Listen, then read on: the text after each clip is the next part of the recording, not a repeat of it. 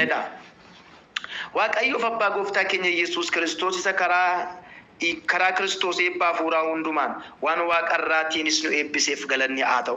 Inni lafaa dura iyyuu warra qulqullaa'an warra isa duratti mudaa hin qabne akka taanuuf jaalalaan karaa Kiristoos nu fo'ateera.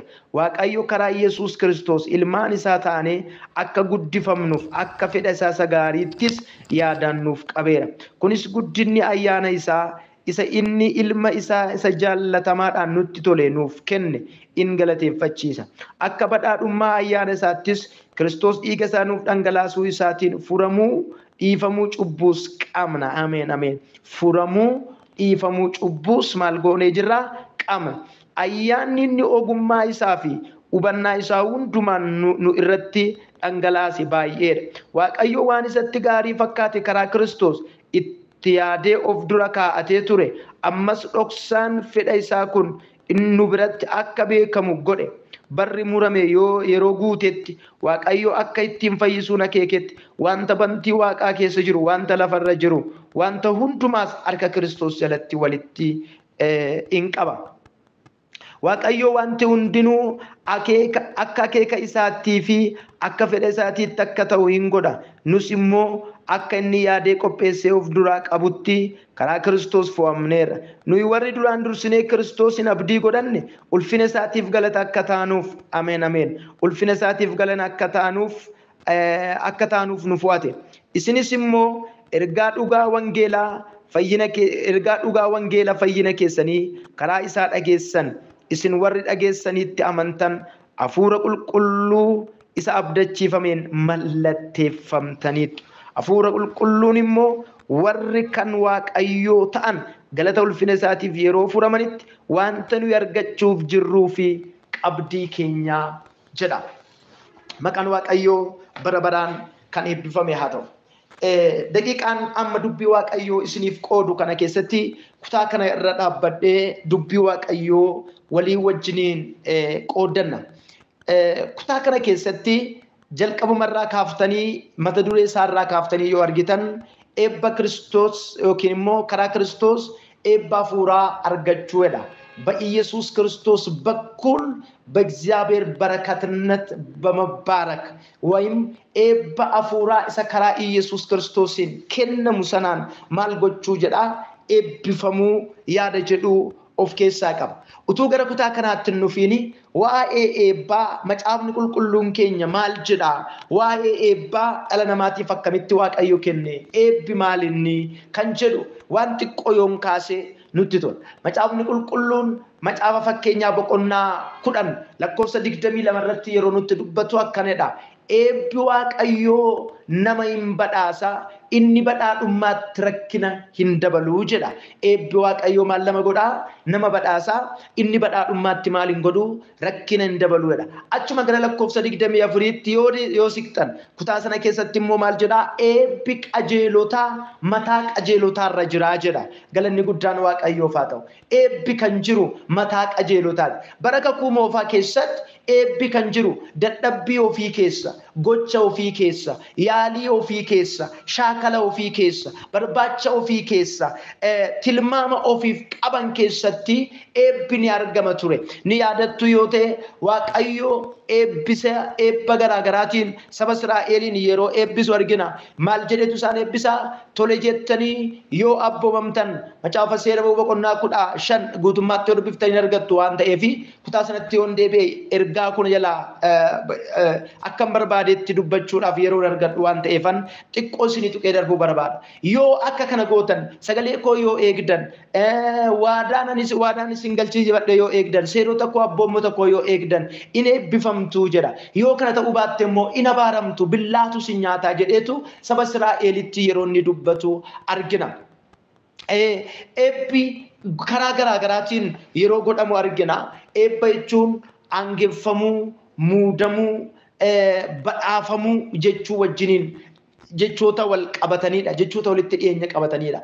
Isa kana immoo Waaqayyo yeroo baay'ee ofii isaatii yeroo inni dubbatu argina. Yaadattu yoo ta'e Waaqayyo Waaqa eebbaa waan ta'eef si'uma jalqaba gaafa dhala namaa uumu akka bifaa fi fakkaattii isaatiitti uumedha. Warra uume sana dhiiraaf dhalaa godhee uumedha. Warra dhiiraaf dhalaa godhee uume sana immoo maal godhe jedhaa? In eebbiseedha. Eebba akkamii eebbisee? Horaa baay'adhaa lafa guutaa isas bittaa keessan jala galfadhaa kan jedhu. Macaafa Seera Uumamaa boqonnaa 1 lakkoofsa 26, 27, 28 yaadawwan amma dubbadhe kana of keessatti qabata. Eebbi Waaqayyoo eebba akkamiiti? Eebba horuuti, baay'achuudha, lafa guutuudha, akkasuma immoo bituudha. Kun maal jechuudha?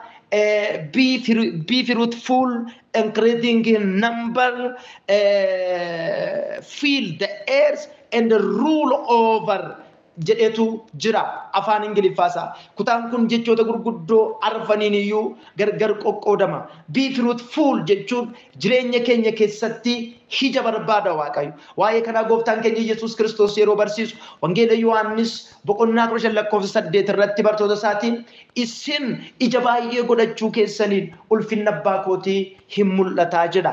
Ija nurratti barbaada jechuudha. Waaqayyo eebbinni ittiin nu eebbise, eebbinni ittiin dhala namaa eebbise ija godhachuudhaan. Carraa kana fayyadamee sagalee kana dhaggeeffachaa kan jirtan biyya keessaa biyya alaa karaa toora miidiyaa hawaasummaa kanaan akkasuma marsariitii hawaasaa yookaan appilikeeshinii WhatsApp kanaatiin na dhaggeeffachaa kan jirtan sagaleen kun akka carraa ta'e hiriyoota keessan biraan sheer ta'e qoodamee kan isin bira qaqqabu iddoo garaa garaa teessanii dubbii nama dubbadhu kana dhaggeeffachaa kan jirtan Waaqayyo eebba Waaqaatiinis eebba lafaatiinis nu eebbiseera. Arraba Waaqayyoo keessaa abaarsi nutti hin baane. Arraba Waaqayyoo keessaa balleessiin nurratti hin baane. Inni yeroo hundumaa nu eebbisoonni jirtan hojii garaa garaa, seektara garaa garaa, sarvisii garaa garaa kennaa kan jirtan bakka isin jirtanitti ijji isinitti haa baay'atu. Maqaa gooftaa Yesuusiin eebbifamaa ijji isinitti baay'achuudhaan ulfinni Waaqayyoo haa mul'atu. Haleluuyaa. Inni kan biraan ora lakkoofsaan dabalaa jira, increasing number lakkoofsaan dabalaa wanta tamma qobaasaa baattee harka keerra jiru baaqeensa harka keerra kan jiru hoolaatii koo barumsa kee ta'uu danda'a, saartifikeettii kee ta'uu danda'a, maaraga kee taayitilii kee ta'uu danda'a, ayyaana ta'uu danda'a, maallaqa dinagdee ta'uu danda'a. I don't that waan na ta'e hin beeku garuu waan tokko laphee kootti ni dhaga'ama wanta ati baaqeesaa baattee jirtu. Singilisa yookaan baaqeessa harka duwwaa wanta dibaattee jirtu amma yeroo kana si akka dubbii kana dubbadhuu jalqabee harka kee keessatti haa baay'atu, harka kee keessatti haa baay'atu. Baay'iseera maqaa Yesuusiin. Waaqayyo afaan koo duukaa jira. Sagaleen dubbadhu kana naa kabaja.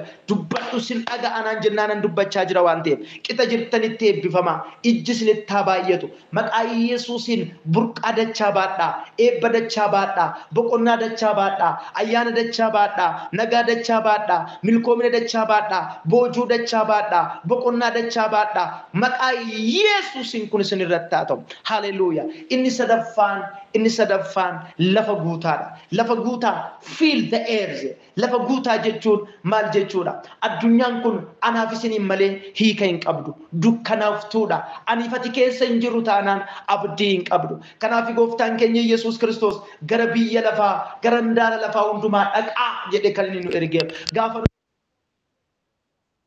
barichaatti isin wajjinan jira kan inni nuun jedheef. Haleluuyaa. Isin ifa biyya lafaati kan nuun jedheef. Ifa tulluu gubbaati kan nuun jedheef. Dhokachuu hin dandeessan, da'aachuu hin dandeessan kan inni nuun jedheef. Kanaaf afaan keenya eebbifamaadha, harki keenya eebbifamaadha, miilli keenya eebbifamaadha, yaadi keenya eebbifamaadha, fedhiin garaa keenya eebbifamaadha, akeeki keenya eebbifamaadha. Maqaa gooftaa Yesuusiin iddoo dhaqxanitti nama hiika qabu, jireenyi isaa hiika kan qabu, ayyaanni isaa hiika kan qabu, tajaajilli isaa hiika kan qabu, bultoon isaa hiika kan qabu, ba'uu galuun isaa hiika kan qabu, tarkaanfiin isaa, yaaliin isaa hiika kan qabu. Nama sana akka taatan maqaa Yesuusiin isin eebbiseera. Haleluuyaa. Inni dhumaa fi inni arfaffaan galanni guddaan Waaqayyoof haa ta'u.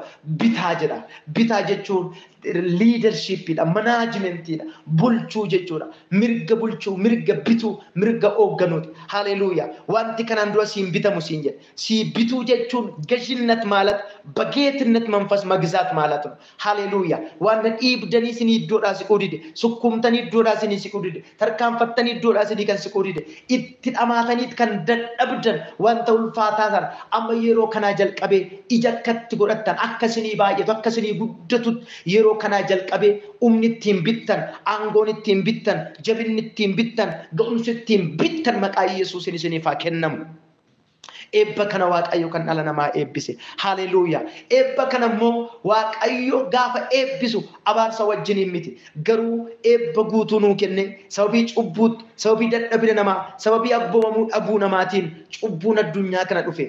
Addunyaan kun deebitee dukkanooftuu taate abdiidhaaf dhabde kallattiirraa fiigde daandii gadi dhiiste daandiirraa gadi baqatte kallattii fuggisoo fiigde. Haleluuyaa. Waaqayyo idda diddani beena akka barbaaddan jiraadhaa nuun jedhee hin dhiifne. Macaafni qulqulluun Isaayyaas boqonnaa 53 akka dubbatutti rakkinoota keenya hundumaa ilma isaa Yesuus irra kaa'uudhaan eebba keenya isa karaa Addaam jalqabaa nu jalaa atame sana karaa Addaam isa lammaffaatiin deebisee kan keenya godheera. Amma aniif isin ebba waaqarraa ebba lafarraa ebba guutuudhaan eebbifamneedha. Haleluuyaa. We are blessed. We are blessed. We are blessed. We are blessed. We are blessed. You are blessed, man. Hallelujah. Akkas jedhaaf irratti lallabaa. Ani nama eebbifameedha jedha. Ani nama eebbaati jedha. Maqaa gooftaa Yesuus Kiristoosin eebbi kun jireenya keessan irratti walaa ga'u. Mana keessanitti walaa ga'u. Bultoo keessanitti walaa ga'u. Irra deebi'aati ani eebbifameera jedha. Hallelujah. I am blessed. I am blessed. I am blessed. Ani dhiiga Yesuusin eebbifameera. Nama eebbifameedha. Ati nama eebbifamteedha. Galanni guddaan waaqayyoof haa ta'u. Egaa kutaan ani ka'umsa godhee nuuf jalqabe keessatti bal'inaan guyyaa boruu walii wajjin fufnee baranna. Gabaabinaan garuu waa dubbadhee darbuun barbaada. Efesoon keessatti Phaawulos yeroo dubbatu eebbi nuti eebbifamne eebba akkamiiti? Maal jedhaa? Waaqayyo abbaa gooftaa keenya Yesuus Kiristoos isa karaa Kiristoos eebba hafuuraa hundumaan. Haleluuyaa. አንደኛ ኤባ አፉራ መንፈሳዊ በረከት ሃሌሉያ እኒ ለመፋ ሰማያዊ ሲፍራ ዋንተ ዋቀራቲን ኢሰኑ ኤብሴፍ ገለኒ ጉዳና ታውጀ ገለኒ ጉዳን ዋቀዮ ፋታ ዋቀዮ ሰከራ ሁንዱማ ከራል መሳከራ ኢየሱስ ኤባ አፉራ ሁንዱማ ኤባ ሰዋ ቀራቲን ኑ ኤብሴፍ ገለኒ ታውጀ ኩታ ከነ ኬሰቲ ኤባ ኬሰ ጅራቹ ኤባን ደደቢው ኤባን ተርካንፈቹ ኤቢ ገቲ አከሚ አከኒ ቀቡ በልፍኔ ጉያት ፈርቶሊ ወጅን ይላል ሐርአፍ ገሩ ኤባ ጀቹ ማል ጀቹ ሄባ ጀቹ ማል ለቀባቹዳ ሄባ ጀቹን ሙሪ ዴራ ቀባቹዳ ሄባ ጀቹኒ ፍርት ነመደገሩዳ ሪያን ነመደገሩዳ ለሚን ነመደገሩዳ ሲጅረ ጀዴ ነመዋሙዳ እንደዛ አልነበረም ኤባ ጀቹን አከሰነሚቲ ኤባ አፉራቲ ማን ኤባ አፉራኩን ዋንቶተ ኤዱ ጅራ ኢሳን ኬሳ ዋንተ ለመዱዋን ሰንት ዱበዳ ኢኒ ቶኮፋ ኤባ አፉራ ኢኒ ጀልቀባ ፉለ ዋቀዮቲ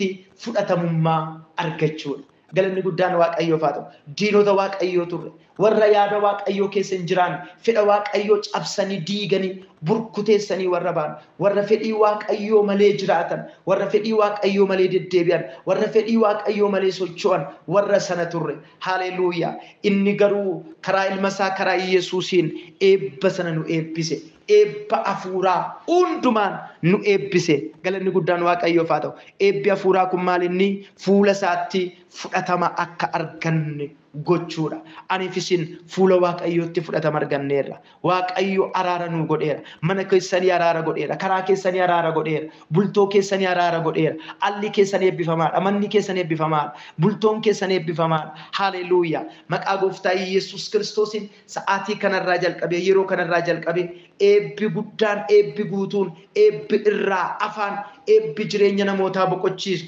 jireenya keessaniif akennamu haleluuyaa fuula waaqayyootti fudhatama argachuudha ammaniifati fuula waaqayyootti diinamiti aniifisin fuula waaqayyootti fudhatama arganneera inni lammaffaan fudhatama argachuu duwwaa miti ijoollee waaqayyoo ta'anii lakkaa'amuudha haleluuyaa wangeelli Yohaannis boqonnaan tokko lakkoofsi 10 kaasee gaafa dubbatu inni gara biyya dhuunfaa isaatii dhufe isaan garuu isan siman warra isa simataniif aboo mucummaa kenne jedhamee barreeffamee jira haleluuyaa warra isa simata anaaf isiniif waaqayyo aboo mucummaa kenne warra aboo mucummaa argatan kun isaan warra fedhii fooniitiin yaada fooniitiin dhalatan otoo hin ta'in warra sagaleedhaa fi hafuuraan dhalataniidha warri sun anaaf isiniin galanni guddaan waaqayyoof haa ta'u Galaatiyaan boqonnaan afur lakkoofsa torba kanadha isin ammaan achi ijoollee waaqayyooti malee garboota yookaan hojjetoota miti jedha erga ijoollee waaqayyoo taatanii waan waaqayyo qabu hundumaa argachuudhaaf jirtuudha boqochuudhaaf jirtuudha aara galfachuudhaaf jirtuudha galanni guddaan waaqayyoof haa ta'u Roomee boqonnaa 8 lakkoofsi 17 akkana jedha nu ijoollee waaqayyoo erga taane warra waan hundumaa argatan hin taane waan argannu hundumaa immoo waaqayyo abbaa keenya fayyisaa keenya biraa in argannaa jedha galanni guddaan waaqayyoof haa ta'u ani eebbifameera eebbi qajeelotaa mataa qajeelotaa irra jira mataan keenya Yesuus Kiristoos eebbi keenya karaa Yesuus Kiristoosiin eebba hafuuraa eebba waaqarraa eebbifamneerra eebba hafuuraa kana keessaa inni tokko fuula waaqayyootti fudhatama argachuudha maal jedha kutaa sana yoo dubbistan inni baroonni utuu hin uumamin utuu hin muramin dura fuula isaatti qulqulloota warra mudoo hin qabne hin kan yalelle hammeenya warra hin qabne mudoo warra hin qabne taanee akka mul'annuuf qulqulluu godhee fuula isaa nu dhaabbachiiseedha haleluuyaa aniif isin fuula waaqayyootti fudhatama arganneerra tillik barakatano fudhatama arganneerra acceptance arganneerra waaqayyo karaa ilmasaa karaa Yesuusiin fuula isaatti mudoo warra hin qabne warra hammeenya hin qabne godhee nu lakkaa'eera waaqayyo maqaan isaa bara baraan haa eebbifamu inni lammaffaan mucaa isaa taaneerra haleluuyaa eebba hafuuraatiin jiraachuu kan jedhu irratti tan dubbadhe eebbi hafuuraa eebba karaa Kiristoos Yesuusiin waaqayyo abbaa biraa namaa kennamuudha eebba sana keessa immoo mucaa waaqayyoo ta'anii jiraachuu fuula waaqayyootti fudhatamummaa argachuutu jira haleluuyaa fuula waaqayyootti fudhatama argachuutu jira waaqayyo karaa ilmasaa karaa Yesuusiin ayyaana kana nu baay'iseera hidhaan keenya hiikkateera aniif isin mucaa waaqayyoo taanee fudhatamneerra haleluuyaa ammegaa eebba hafuuraa keessa jiraachuu jedhu kana testi gochaa waan itti eebbifamne ilaallaa mucaa waaqayyoo taanee eebbifamneerra aniif isin amma diina miti mucaa waaqayyoo erga taanee wanti waaqayyo qabu hundumtuu kan keenya haleluuyaa isa kanatti gammadaa gooftaa keenya galateeffanna haleluuyaa makatarabajana mogaa qulqulluu kan taate waaqayyo gooftaa macaa barri mootummaa keetii raawwii fi xumura kan hin qabne kaleessas kan turtarras boris darbitee bara baraan kan jiraatu jaagaarummaa kee fi jaatola kee jaarjummaa kee hundumaa maqaa Yesuusiin galanni siif haa ta'u barootaan dura qulqulluu gootee fuula kee jaanu dhaabde diinummaa anaaf si gidduu jiru diinummaa ana siif obboloota koo gidduu jiru ija balleessite ilma kee Yesuusiin wajji qulqulluu gootee jaanu lakkoofte fuula kee jaanu dhaabbachiif warra mudoo hin qabne gootee jaanu lakkoofte maqaa Yesuus Kiristoosiin galanni siif haa ta'u akkuma nu eebbiste eebba waaqarraatiin eebba lafarraatiin nu eebbise eebbi nuuf haa ta'u boqonnaan nuuf haa ta'u gammachuun nuuf haa ta'u nagaan nuuf haa ta'u aragalfiin nuuf haa ta'u milkoominni nuuf haa ta'u eebbi guddaan nuuf haa ta'u boqonnaa guddaan nuuf haa ta'u nagaa guddaan nuuf haa ta'u hidhaan keenya haa hiikamu gaaffiin keenya deebii haa argatu cufaan keenya haa banamu namummaan keenya haa jijjiiramu ija keenya bani gurra keenya bani namummaa keenya hunduma isaa jijjiiri ayyaana nuuf baay'isi karaa nutti agarsiisi daandii nutti agarsiisi qabaan nu hin danda'in hidhaan nu hin danda'in rakkinni nu hin danda'in beelli nu hin danda'in dhukkubi nu hin danda'in hidhaan cubbuu nu hin danda'in qabaan cubbuu nu hin danda'in arraba keenya irraa hidhaan haa hiikkatu yaada keenya irraa hidhaan haa hiikkatu laphee keenya irraa hidhaan haa hiikkatu hafuura keenya irraa hidhaan haa hiikkatu gara fuula duraatti deemuu fiiguu akka dandeenyu ayyaana nuuf baay'isi karaa nutti agarsiisi waan gootuuf ulfaadhu eebba kana waan nu eebbifteef galatoomu eebba kana keessa jiraachuu nu gargaara maqaa ilma kee maqaa Yesuusin nu gargaara gargaarsi biraa nuuf haa kennamu alli keenya manni keenya jireenyi keenya bultoon keenya hundumtuu kan eebbifame haa ta'u kana hundumaa waan gootuuf ulfaadhu ayyaana kee nuuf baay'isi sagalee nu ergite yaada nu ergite ittiin jajjabeessiteef ulfaadhu sagalee kanaan dubbii kanaan jiraachuu ittiin deddeebi'uu akka dandeenyuuf ayyaanni nuuf haa baay'atu kana hundumaa waan gootuuf waan taasiftuuf galatoomu eebbifame ololcheeti namoonni dhukkuba garaagaraa dhukkubsatan amma sa'aatii kana jalqabanii afayyan hidhaan isaanii maqaa Yesuusiin haa ciramu